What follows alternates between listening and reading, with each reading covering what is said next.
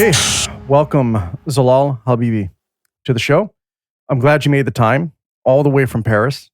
Thank you very much. As we discussed offline, one of the reasons I wanted to have you here is I've noticed you through social media in the past, and I've reached out, but I know you're extremely busy. I've always wanted to have a chance to talk to you about what's happening over there in Iran and what you're involved with the NCRI.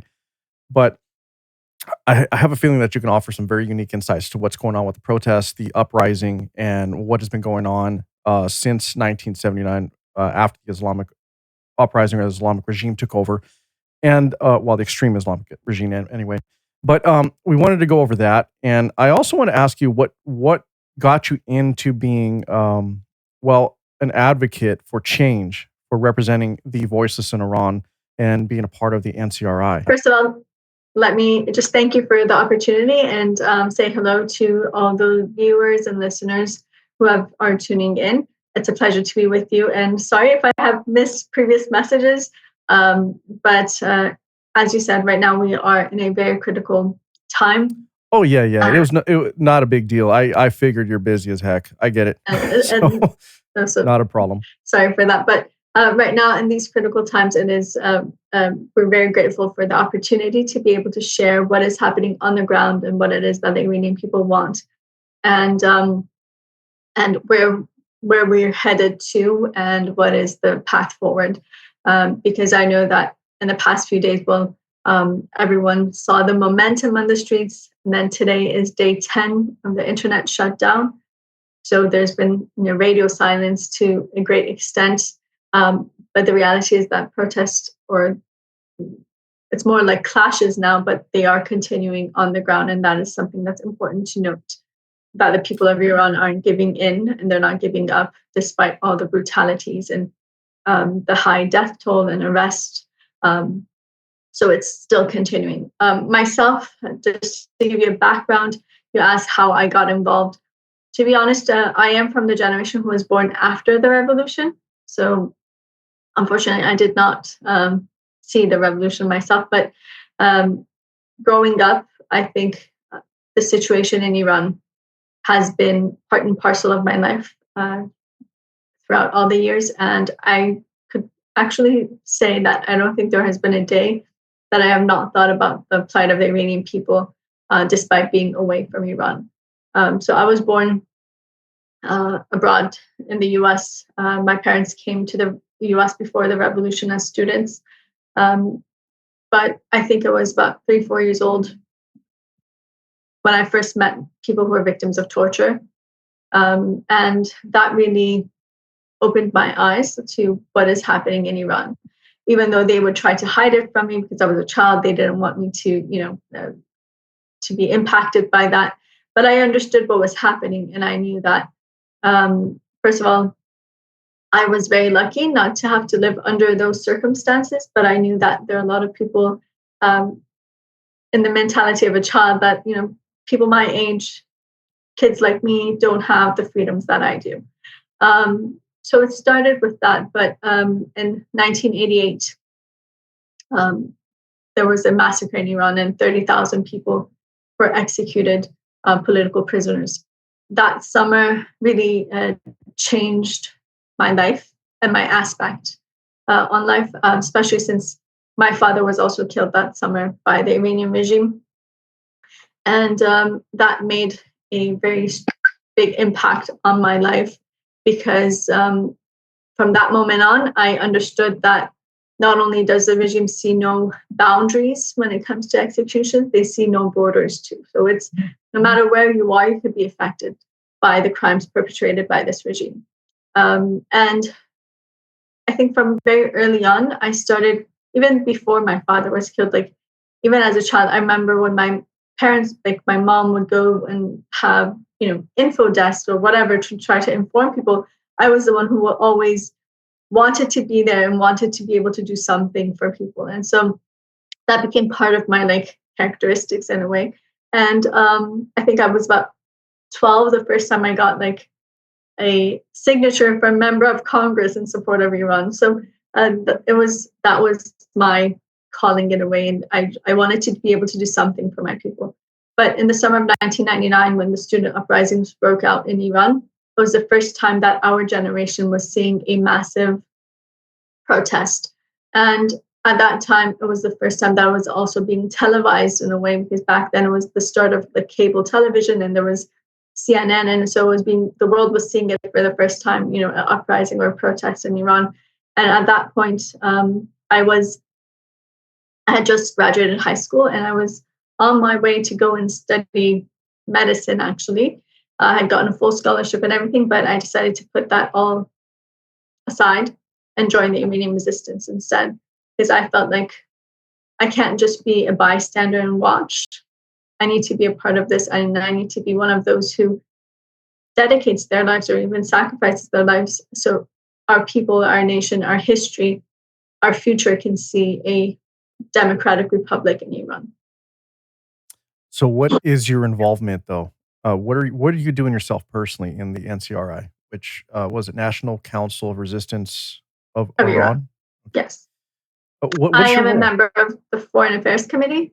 I do a lot of different types of work, both with the Iranian diaspora, the Iranian associations, in different capacities, both in Europe and in the US, and also in regards to working with lawmakers, parliamentarians, the media, and trying to just uh, echo the voice of the Iranian people and to try to push forward what it is that the people of Iran are calling for and raising awareness on the issues and trying to gain support for the people of Iran.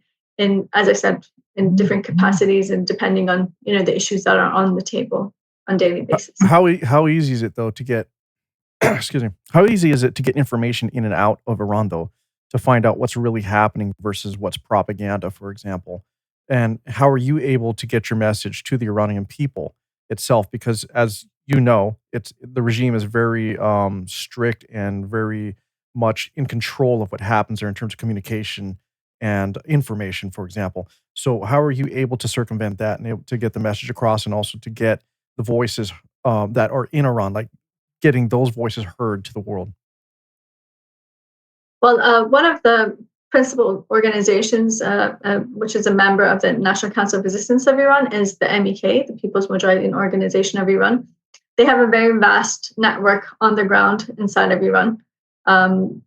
We just, like, for instance, in 2024, we saw over 39,000 activities that were carried out by the resistance units on the ground, and over 3,000 centers of oppression which were targeted by them. So they have a very vast network inside of Iran, which is one of the main sources of the resistance to be able to obtain information firsthand from on the ground.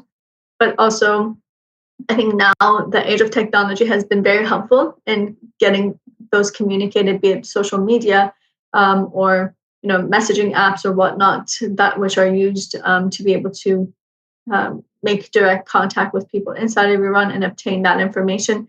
And vice versa. Well, the Iranian resistance has a satellite television. It's called Simai Azadi, and it is a 24-hour broadcast. It's an independent satellite, the first independent Persian language satellite television, which is funded by the Iranian diaspora and the Iranian resistance.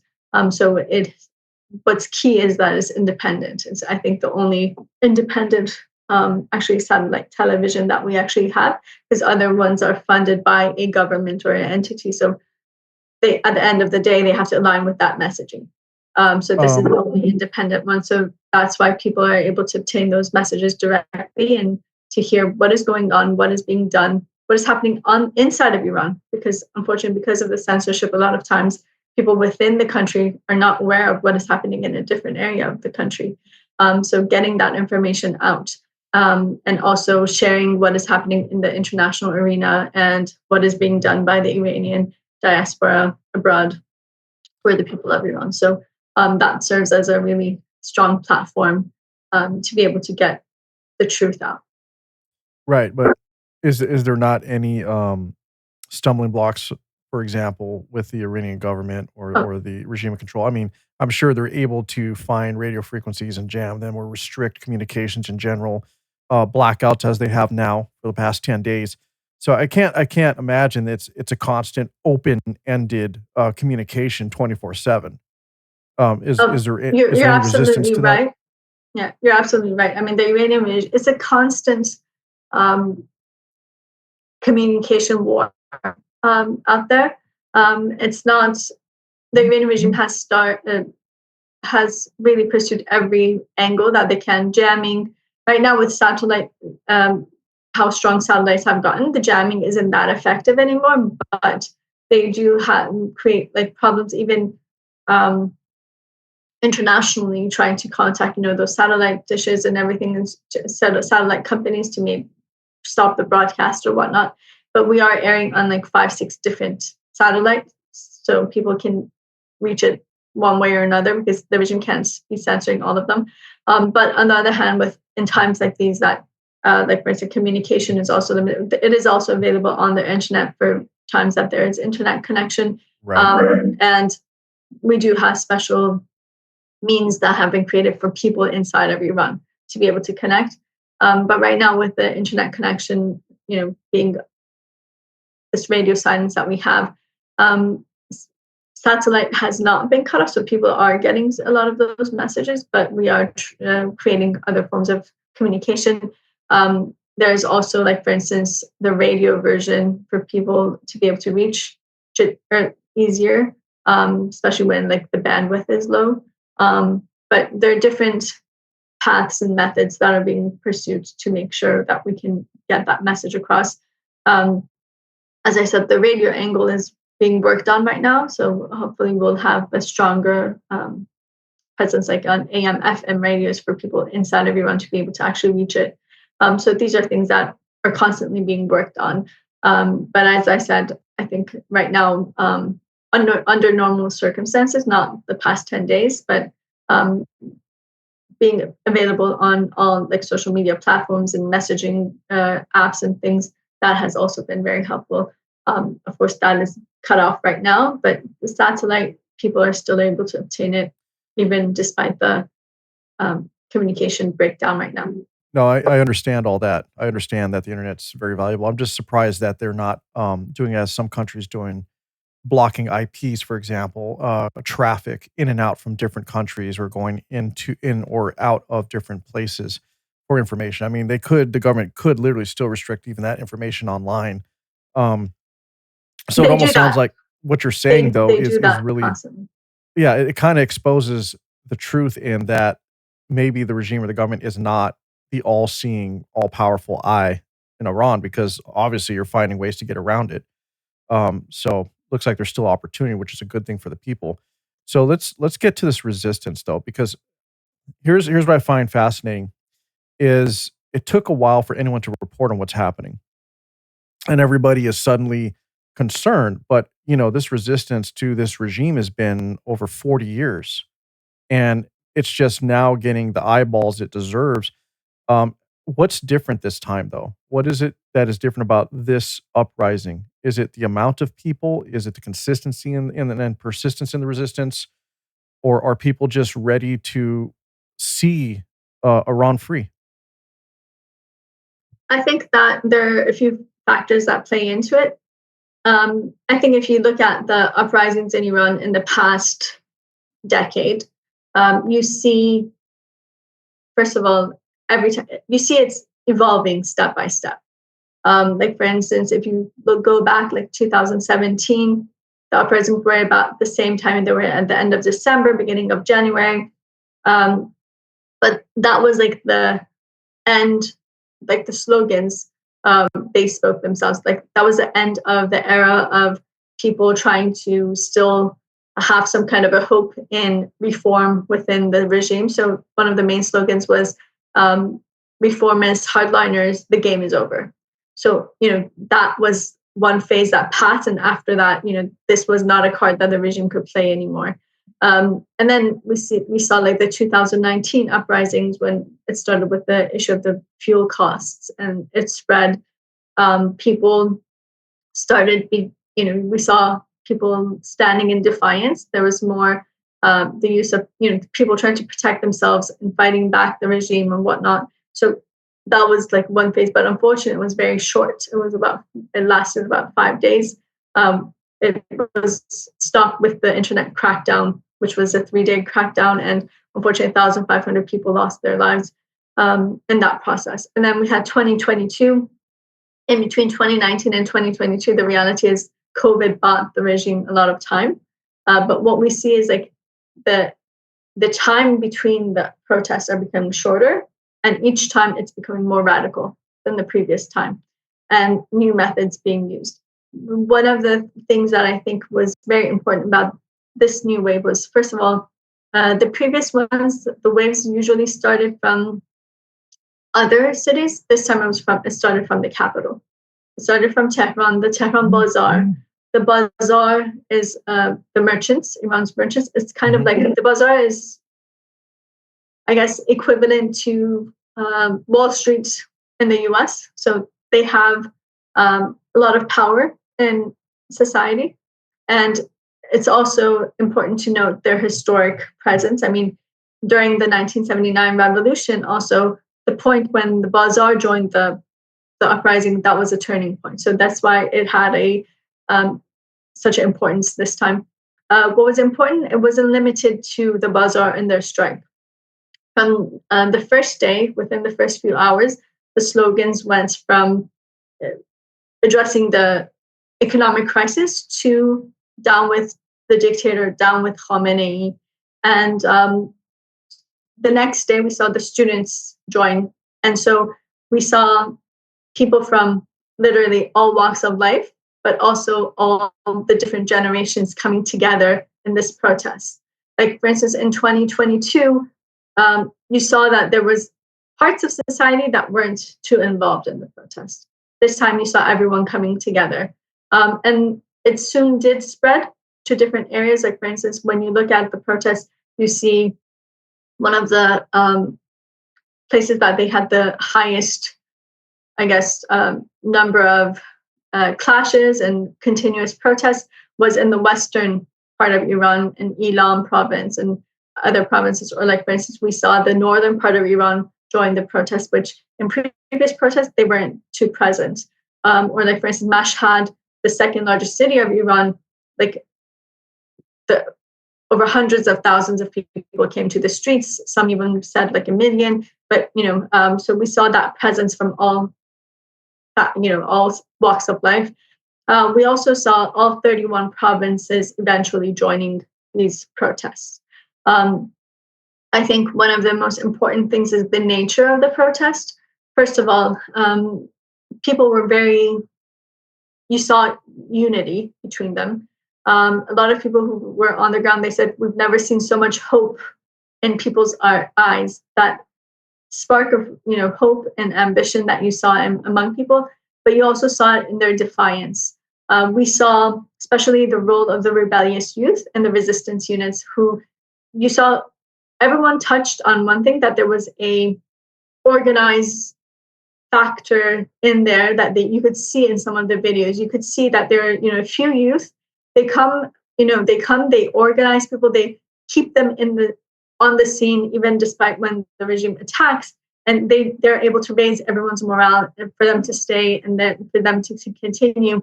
And that kind of organized resistance, well, that's what this resistance has been building for the past decade, with the resistance units, which have doubled annually practically every year in the past few years. And we also saw like their protesters going on the offensive, and that is what the regime feared the most. The reality is the regime fears nothing more than seeing this defiance among people. We saw people who were disarming suppressive forces. We saw two adjacent cities which were liberated by the people. And we saw that people were, setting up barricades, using fire to be able to protect themselves, push back the suppressive forces. And this is something that I think is unprecedented in this extent. And I think one of the most important things is that despite people knowing that the regime is using live ammunition, they still come to the streets. A lot of people, when they would go to the streets, they would tell, they would give their final farewells to their loved ones and their family, and then they would still go. So it was um, a decision that they made with full understanding of what is happening on the ground and what the consequences can be, but they're still taking that risk and they're still coming to the streets. And I think that the slogans were also very important. I think the people of Iran reiterated what it is that they don't want, but they also pointed at what it is that they do. Like, for instance, some of the major slogans were like, down with the oppressor, be it the Shah or the mullahs, or no crown, no turban, we want freedom and liberty, which were like, yesterday there was a protest actually in Paris that people were like repeating those slogans that came from on the ground inside of Iran, and they were repeating it. So people of Iran, I think one of the main messages that we get is they want to be able to make sure that the world hears their message, and that is there is a third option when it comes to Iran. First of all, when you look at it from the international perspective, we're not stuck in between. The solution to Iran is not either appeasement or war. There's a third option, supporting the Iranian people and their organized resistance. They have the capability and that capacity to create change. The second is we're not stuck when it comes to the solution for Iran, the future of Iran. We're not stuck choosing between bad and worse. We don't have to choose between the theocracy ruling Iran right now, which is a clerical dictatorship, and going back to the previous dictatorship, which the monarchy, the Shah and his Savak, which was also a dictatorship. The people of Iran revolted for a reason. You don't go and take something back out of the trash can and bring it into power. Well, we want to move forward to a secular democratic republic where there's people's sovereignty. And I think that's like the message that we hear a lot from Iran. Yeah, I hear you. So, but in the previous monarchy was accused of becoming authoritarian, but really, from what I know and research and talked to many people about this, it was really because they didn't like that at that time they were becoming more westernized in their ideals, right? And so, that's what I was told. Unfortunately, that's not the reality. The reality is that the Shah, first of all, if we're talking about some of the issues that exist today, right now in the regime, it's a bit more extreme of what it was back then too. Like, for instance, poverty. There was a lot of poverty back then in Iran. There was a report, actually it's in the book of Alam, who was the prime minister of the Shah. And the reality is only 5% of Iran had running water during the Shah's time. At a time that the Shah was holding like the 2,500 year celebrations and, bringing food in from Paris with Concorde and whatnot, people were suffering. There was, shanty towns all over Tehran. So there was a major class difference in poverty. We also had the Savak, especially after the coup d'etat against Dr. Mossadegh, who was the only democratic government that we've ever had in Iran. After that, the Shah ruled with the Savak.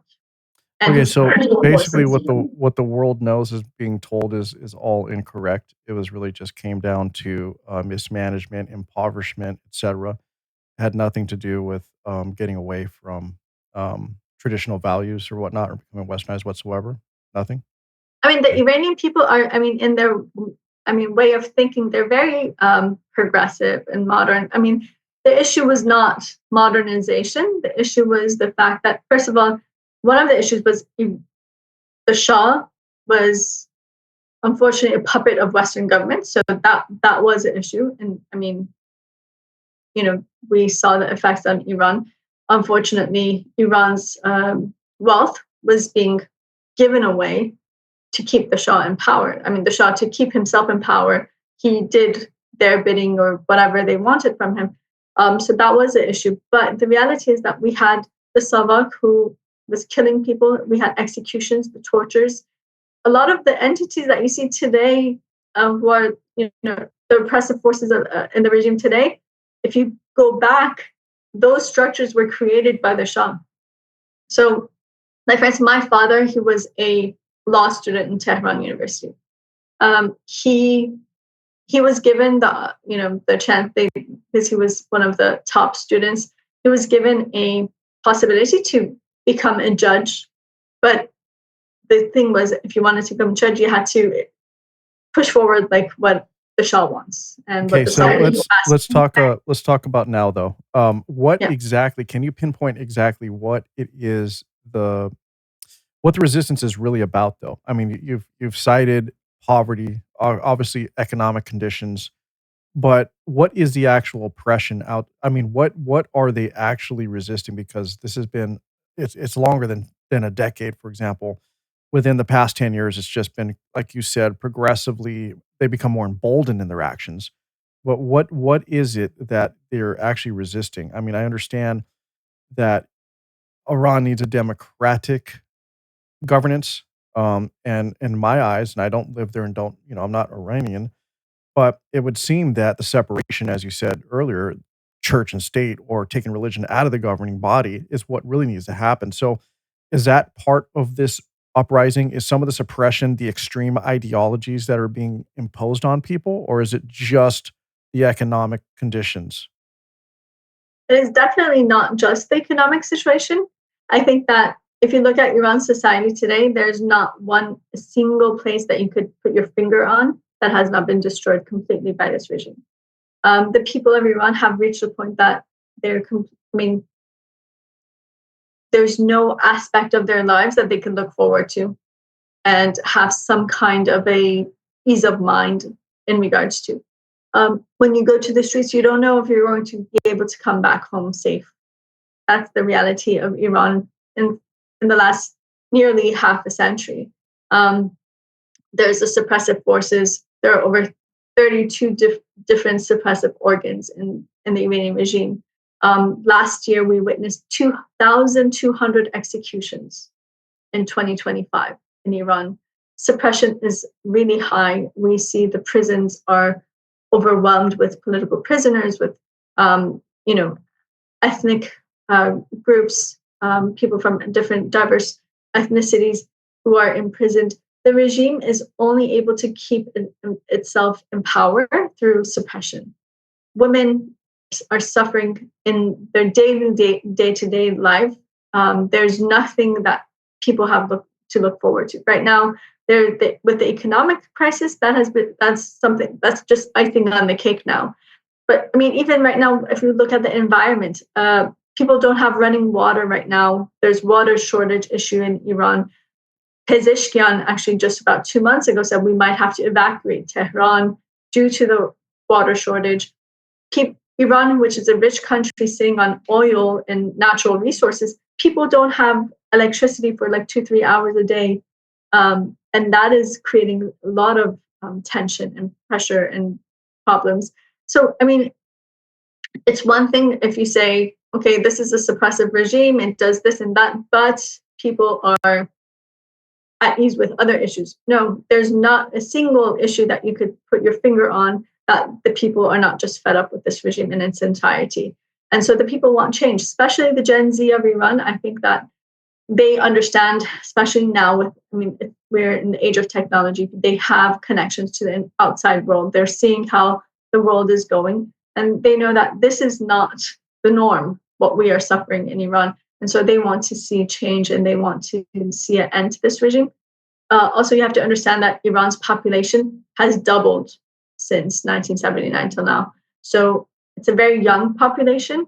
And so this generation, they really know that they've seen their parents and their grandparents, and they see that if you try to just safeguard yourself, we're never going to end this cycle. But we know that no one's going to hand us freedom in a silver platter. We have to pay a price for it.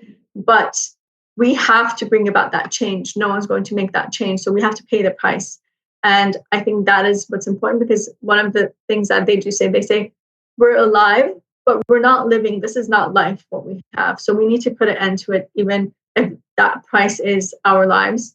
But we need to make sure that we could move forward into the 21st century. Really. Okay, so going back to the other parts of the question though, um, is it needed to take the religion out of the governance, for example? Yes. Because here's the thing. I know a lot of people have their opinions, but what I see and what the world sees with Islam, I don't think inherently is bad. I don't think everybody is bad that practices or partakes, because there are some people who do it for tradition. Some people just see it as a religion. And I know Iran is very progressive. The people are. Um, Now, here's the problem.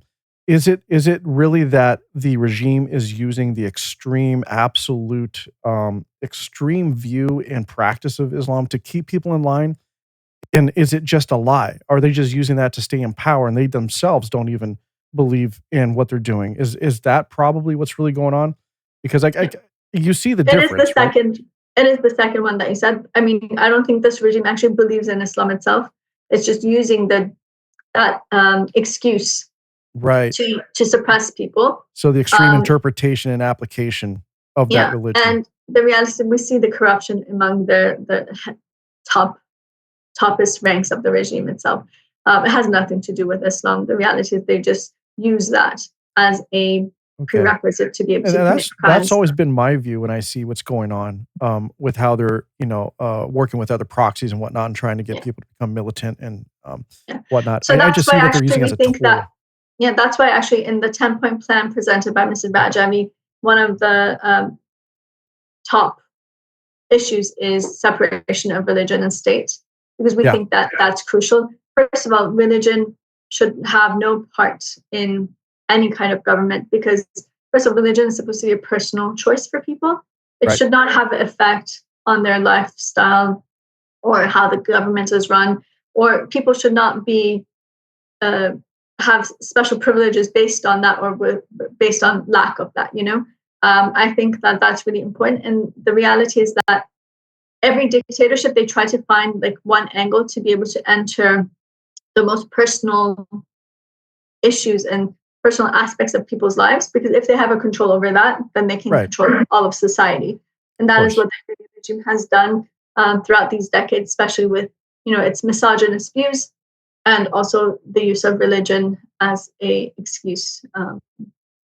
Well, it doesn't matter if it's religion, media, whatever. If you control that and the narrative, you control the minds, you control people's thoughts, really. Because if that's all you see and know, and that's all the messaging is, and that's what you become, right, as a nation, it is a method of control for sure.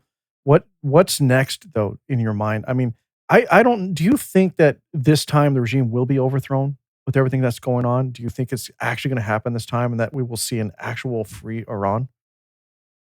I think that one thing that's really important to note is that this regime is a very brutal theocracy. It's more complex than a classical dictatorship. And well, it has been able to really concentrate on keeping its power at whatever the cost. Hmm. Um, but I think so it's really important to understand that a revolution is probably not going to be something that's going to happen overnight. No, So we shouldn't. I know that some people are like, oh, is it finished now? Is it over? No, it's not oh over. no, This no, is no. continuing. But if you think it's going to be that simple, I mean, if this regime was going to be overthrown with just a protest, it would have happened a lot earlier. Because the Iranian people have been fed up with this regime not for 1 day or 2 days or 10 years or 20 years. I mean, practically since 1981, the people of Iran have called for the Right, overthrow of this regime. So what's important to note is that this is something that's going to take a bit of time. Even with the Shah, it took 18 months for the Shah to be overthrown. So there's probably going to be like a lot of ups and downs in the uprisings and how it goes. But the regime has reached a point of no return. And I think that's really important to note, especially like for instance with these uprisings, they started with economic crisis. The regime can't fix that economic crisis. It's getting worse and worse. So in the previous uprisings, the regime had always like they they were willing to like tactically give in somewhere to be able to safeguard their power. Like for instance, loosen up a bit on the on the morality police and the headscarf and whatnot, but keep yourself afloat. This time, there's nothing that they can do about it. So this isn't going anywhere. This issue is staying and it's growing daily. it On also the seems other like, hand, I'm sorry, it also seems like this is more than a protest this time, though. as you said earlier, people becoming more emboldened. Yeah, Their actions are much more aggressive. Like they're not backing exactly. down. They're dying for freedom, literally. Yeah. I think that is that one aspect that I tried to point out before. I think that is the effect of the resistance units on the ground and the rebellious youth. That is the new phenomenon I think that the world is starting to see. But this is exactly the strategy that the resistance laid out over 10 years ago and explained that this is how it's going to be. We need these rebellious youth will become the liberation army of Iran, and they will be overthrowing this regime because, as I said, I mean, especially now, you have to understand thousands of people have been killed just last week in Iran. Yeah. Those families, they're not going to, just take this. Right now, the thing that the regime is doing, it's exactly the same tactics they used in 1980s in Iran, and the people of Iran know that. So that's why it has created this. I don't want to use the word rage in a negative tone to it, but the positive part of it that we're not going to let these bloods be lost in vain, especially because most of them are like teens, early 20s. Families have lost like 2, 3 of their children in the past few days. And the fact that the regime is doing exactly like back in the 1980s, the regime would force families to pay for the bullets used. They're doing that again. They would print every day in the newspapers the pictures of these children that we don't even know their names, come and identify their bodies. The regime is doing that again with I don't know if you've seen the videos of the morgues in Iran, and they have like this screen, and one by one is showing the pictures of the people for people to identify their loved ones. And just imagine putting yourself in that place of that mother or that father. Like every picture that goes by, they're like, is the next one going to be mine? Or like in a lot of areas, they have the bodies on the ground. They're like, go and look for them. So one by one, they have to put aside these, open these bags and see if it's their child. I mean, even if it's not your child, when you see all of that, that is going to create the hatred toward this regime that you have to fall. This is the final nail on your coffin. And that is what we're seeing. And that is the message that we're getting from Iran. Like right now, phone calls are very limited. Like some people, it's only outbound that people can call, and you can't call to Iran. And right now, between different provinces, people can't call one another for the most part, and SMS is also shut off. So people who have been able to reach people outside of Iran, the calls are very short, 1 to 3 minutes. But one of their main messages, like, okay, we're fine. Like, for instance, that person, they tell us like they're fine, but we're continuing. Don't think that this is dying away. We are continuing. We're not going to let this go this time. So that's the message that they try to continuously give. And they're like, just be our voice, tell the people that we're not stopping, we're continuing. And I think that's really important. We saw like on Friday in Zahedan, some of the images came out of the protests, or like the nightly protests right now in Tehran and Elam and Mashhad. We're receiving those videos, yes, with delay, with 1 or 2 days delay, but we are receiving those. And on the other hand, we had just for your audience to know, like for instance, from January 5th to January 15th, despite that it was the protest going on, the regime had 127 people executed during these days. So they know that if they stop those executions, even for one day, what it means for the regime, it'll mean its fall. What And that is what we're seeing right now. So why? Here's some questions though. So any uprising or change has to start with the people. Period. You know, everybody's calling for the help of, not everybody, but it seems like, oh, they want the U.S. involved. I'm not really sure that's really our place. But here's the thing: why are we not seeing surrounding neighboring countries helping the Iranian people? And there's two sides to that part. Just to explain about the previous, I think the Iranian people, for the most part, when you speak to them, they don't want like troops on the ground help. But there are certain things that the international community can do to help. First of all, I think the international community can really help with the communication. and not allowing the regime to, create such a blackout. The second is to blacklist, like for instance, in Europe and the UK, blacklist the IRGC. They're the suppressive forces on the ground. Iran's economy, for the most part, is in the hands of the IRGC when it comes to the regime. So that would have a major effect on it. It can't suppress the way it is if it is blacklisted.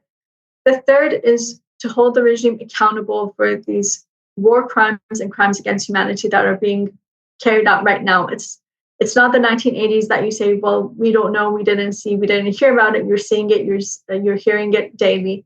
Do something about it. But the most important, I think, is recognize the Iranian people's right to resist and to fight back.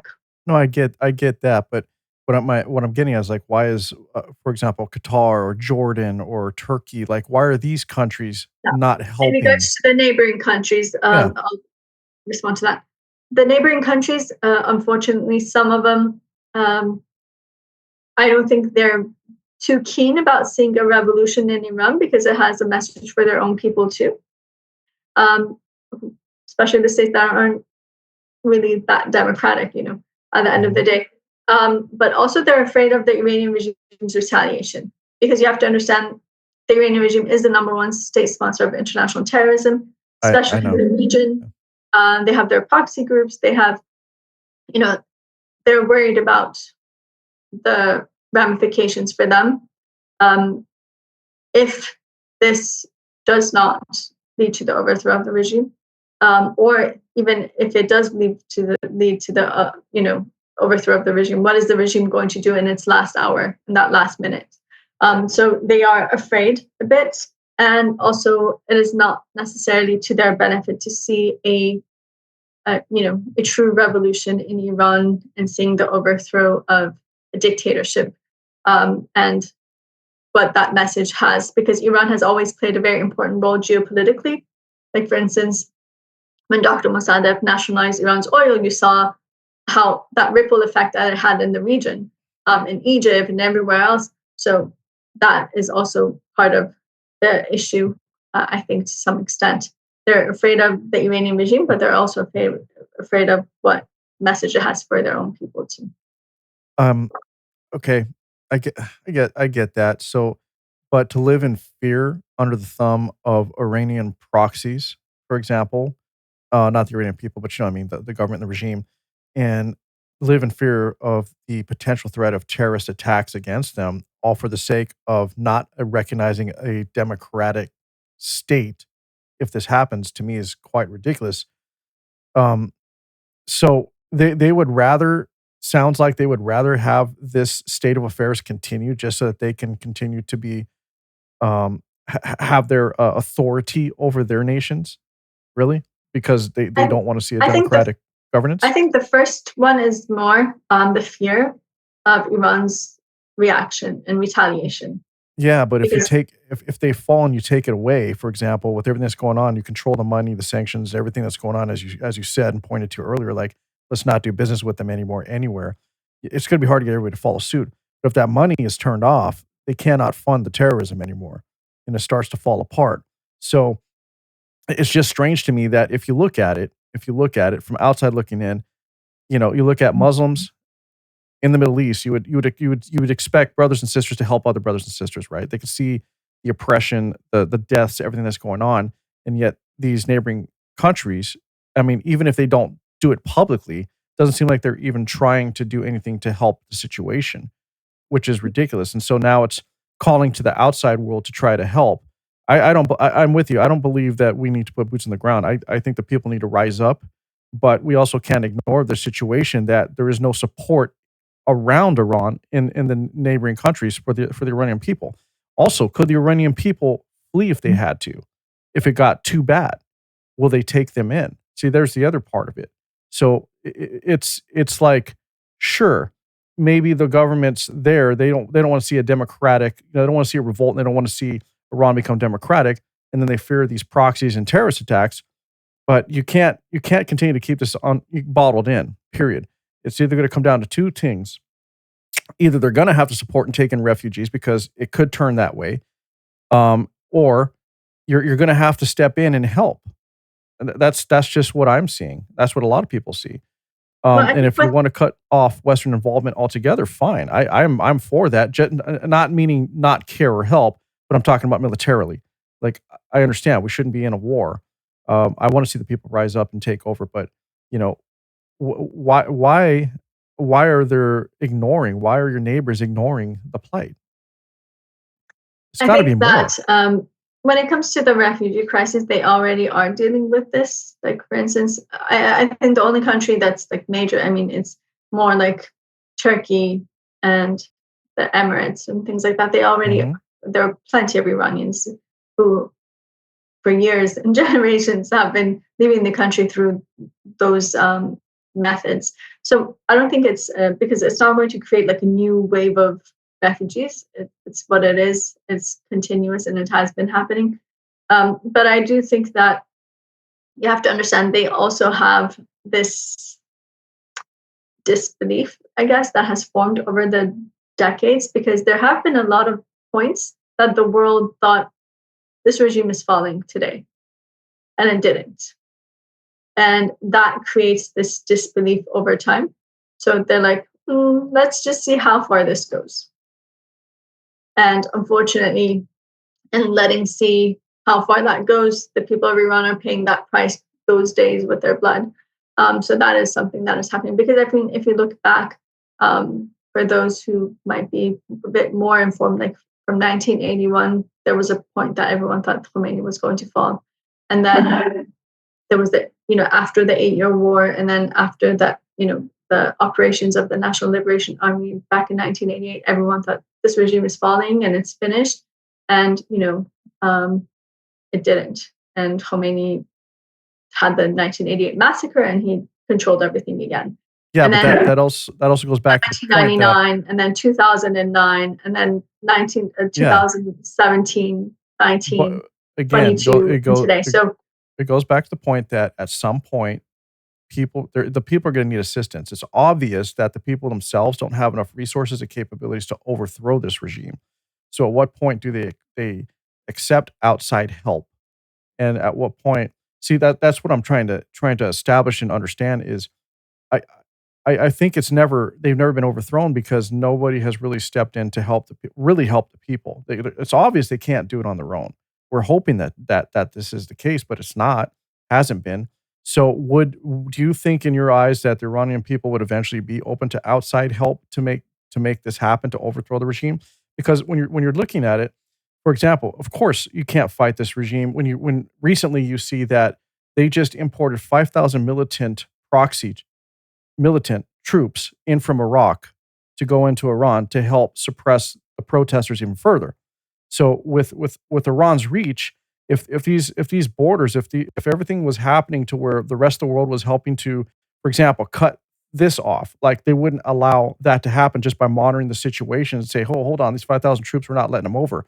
See, so that's the problem. Not anybody is really committing to being involved to help the Iranian people either. So it's whether it's your neighbors or the outside world. As much as we want to see Iran free, the people themselves don't have the resources to really overthrow this government. It's going to take some outside influence, or help. And would they be welcome to that if they really needed it? That I guess is the actual question. I know they don't want it, but will it be needed? um, I think that based on what we're seeing on the ground, and unfortunately, a lot of it maybe we can't publicly announce or speak about, but based on what we're seeing on the ground, that people do have the capability to bring about the change, um, and they will be, like as I said, using the mechanisms and the things that the regime has itself, but taking it away from the regime and using it against it. So things like that will be happening when that time comes, and I think that the people have that possibility. But I think that when it comes to international support, I think that if the Iranian regime does not receive aid from the countries, it can be overthrown. But the problem right till today, the problem has been even those countries who are giving words of condemnation, but behind the scenes, they're doing other they're negotiating with this regime. They're selling it's good. Like right now, all of the systems that are being used for surveillance and face recognition and all of that, it's being sold to the Iranian regime mostly by European countries. They know what it's going to be used for, but they still Right. do it. So cut those things off. We can create change ourselves. That is the problem that we have. Just look at, like, for instance, Germany, for one, knows that I think the most cranes sold to Iran are from Germany, based on like the information that I remember. They know it's going to be used for execution, but they still sell it. So stop. These are little. They might seem like little things. But look, right now, how is Iran obtaining all these technologies? It's mostly from European countries. I think right now Iran has maybe support from Russia right now, because look, Iran is in a lot weaker position than it was even last year. Hezbollah has fallen. If this time they brought in 5,000 proxies, in I remember specifically, at least in 2009, that they had brought in 20,000 only from Hezbollah, aside from what they brought in from Iraq back then for suppressing the uprisings. So the regime doesn't have that power that it used to be able to utilize its proxies, or even to be able to have support from Russia and Syria and whatnot, because Russia is 4 years of war right now. They have their plate full. They don't really want to get it. I don't think they want to get involved in here. China, at the end of the day, it's not really a life-changing matter for the regime to stay in power or not. So I don't think they would get themselves involved. The regime doesn't have the backings that it used to have in the region. So that's really important. That's what has weakened the regime to a great extent, because it doesn't have the proxies it used to. It doesn't have that possibility that it used to use for suppression. But right now, at this point, what's really important is the Iranian people. Look, we're not asking for troops on the ground, but we are asking for a firm policy on Iran. We have no problem. I mean, please do more. But right now, why is actually, I think there's a tweet from Mrs. Metsola from a few days, for 2-3 days ago, that she stated, look, right now we are raising the issue of blacklisting the IRGC, but there are certain countries in Europe who are preventing it. And she named like Italy, France, and another country that I've forgotten which one. But you know what? These countries may be saying in words that we support the Iranian people, we stand by you, but in action, they're giving a green light to the regime when they drag their feet on blacklisting the IRGC. The regime gets these messages. It understands, like, okay, so look, they don't have a problem if because look at the statements. You have to read between the lines a bit too. We support the peaceful protesters in the streets. So if these peaceful protesters have to take up arms to protect themselves, you don't support them anymore. So that's what the regime is saying. They're like, we are dealing with those who are creating chaos on our streets and using terrorism and whatnot. So that's why we're killing. Today, the Iranian regime's official gave a statement saying, yes, we have killed 5,000 people in the streets. I saw that. 344,000 wounded. But so where is the international reaction? That's what we want to see. That's all we're asking for. We're not asking for anything else. And I think that the people really, what we see on the grounds, they do have that possibility to be able to create, to overthrow this regime. They just want to see firm policy toward the regime, and for governments to stop indirectly, even if it's not direct, indirectly supporting the regime. I think the response is there. I just think people are afraid, as you said earlier.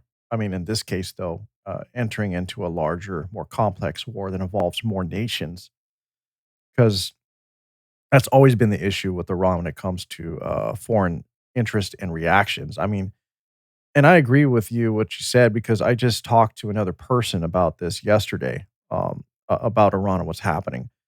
And she had the same viewpoint, and I agree with both of you. Like, the policy has to be clear. Cut off all ties in business with Iran or with this regime. That's the only way. Like, you got to bleed them dry in terms of the money, so they can no longer continue to operate. And that's the problem that we saw with when we had a discussion about sanctions, I argue sanctions don't work. I mean, if you look at it, what happened with Russia, for example, with sanctions, they found a way to do business with India. They found a way to do business with China and other places. And then BRICS is created. Iran has some ties to that as well. And while Russia may be weakened, for example, you think that they are occupied with Ukraine, don't underestimate Russia and their eye on how they want to control the region either. They've tried many, many, many, many times over the years. And if they're weak enough, who knows if Russia doesn't step in? They may not want to be split in terms of their attention, for example, between Ukraine and what's happening in the Middle East, but I still wouldn't count them out. They've been very clear over the years about their involvement and what they want to do, and they've always kept a relationship with Iran, however they could. So I wouldn't count them out. And they are supporting each other, both the regime and Russia, with technologies and weaponry going back and forth. So again, it's not there yet. I agree that Russia's not ready to step in, but I think if the opportunity was right and they were weakened enough, Russia could use it as leverage to gain even further power and favor from the regime to prop them back up, and maybe even again gain more favors from the regime themselves, and that could be dangerous. So let's hope that doesn't happen. Yeah, I mean, that is always a possibility, but I think Yeah. based on what we saw last year in regards to Syria, till now, Russia was, one of the main backers of Bashar al-Assad, but when they didn't support him in the final weeks. They supported him by taking him in, but Well, because there was no value anymore. That's why. There's no value anymore. Yeah. At that point, it's like Russia is not going to step in and try to get into another long drawn out war between the people to prop up a dictator, when at that point it didn't make any sense anymore. So that's why they took him in. It wasn't because they didn't have an interest. It's just like it wasn't worth the cost at that point. I think that with the Iranian regime, it might be also the same thing. I mean, when they see, and I hope you're right. Iran, you have to also consider like Iran's geography. Iran is very, extensive compared to even Iraq and Syria and all of these countries. So that also comes into play. So it is a different circumstances, I think. But I think that what about the U.S. though? Sets aside Iran from others is maybe the fact that there is a organized resistance. Right. What about the U.S.? Do you think that makes the change? There is an organized resistance, and it's something that has proven that, gone through the test of time with over, the National Council of Resistance of Iran was formed 44 years ago. And so it's not just on paper. They've proven what they stand for in action and what they represent. And I think that gives both hope to people inside of Iran that they know, what they're getting themselves into, what are the possibilities, but also for the international community, it's not like Iran is going to enter because you hear these scenarios and it's just doesn't make sense with the Iranian scenario. The reality is, but it is something that is thrown out there, like the scenarios of civil war and chaos or whatever is going to break up. That's not going to be the case. It doesn't match Iran's history. It doesn't match its people and the culture and what the understanding that they have among one another. We've had this diversity in Iran for thousands and thousands of years, and that's never been a problem for the people. They consider themselves Iranian before anything else. But also the fact that there is an organized resistance that has a clear roadmap, has a plan of action, and they've shown that they stand by their principles, even in times that it might not be the most popular, but over time it's been proven that they were right. So I think that serves as a great aspect or angle or a great asset that Iran has that maybe a lot of the other countries that we speak about when it comes to revolutions or whatever have not had, or uprisings and overthrows. You're right. So I'm going to go back. I was wanted to get your answer on this and what you thought, though. What about the U.S. and what is your opinion on Trump's statements recently when it comes to Iran and wanting to help? What's your thoughts on that? Well, I think that Iranians were relieved a bit to see, for once, that there's a government in power that isn't, after extending their hands to Khamenei during these times. But the reality is that I think that anyone who understands, the policies that President Trump has presented in these past few years, he's not looking for any kind of foreign intervention like war or anything like that, because that's what he actually presents himself to be opposed to, that not using U.S. Resources and troops on the ground or whatnot. But I think a firm policy is important, and that's what people were looking for. There are those who, because to be honest, like for instance, you see there's factions of like Iranians or maybe even other foreign interests that present themselves in this scenario, who they want to see like the U.S. getting involved, because at the end of the day they know that's the only way they could get their